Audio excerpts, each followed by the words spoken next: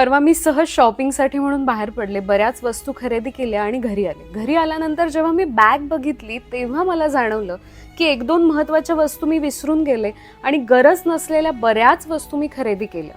तुमच्या बाबतीतही हे होत असेल.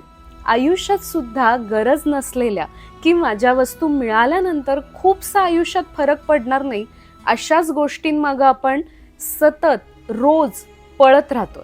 मग त्या वस्तू असू देत, व्यक्ती असू देत किंवा आणि काही असू देत, अशाच गोष्टींना आपण आपला इतका वेळ देऊन बसतो. मग ज्या गोष्टींसाठी खरा वेळ देणं गरजेचं आहे, ज्या गोष्टींमुळे खरंच तुमचं आयुष्य बदलणार आहे, ज्या गोष्टींमुळे तुमच्या आयुष्यात फरक पडणार आहे, अशा वस्तूंना, अशा गोष्टींना, अशा व्यक्तींना आपण वेळ द्यायचं राहून जातं. त्यामुळे आजपासून तुम्ही चेक करा तुमच्या शॉपिंग बॅगमध्ये अशा किती अननेसेसरी, गरज नसलेल्या वस्तू तुम्ही खरेदी करताय.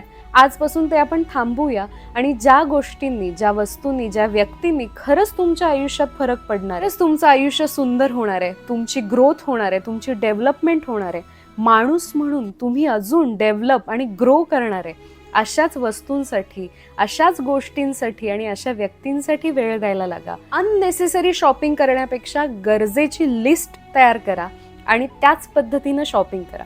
मग बघा, शॉपिंग बॅग सुद्धा हलकी राहील आणि तुमचं आयुष्य सुद्धा हलकं, सुंदर आणि सोपं होऊन जाईल.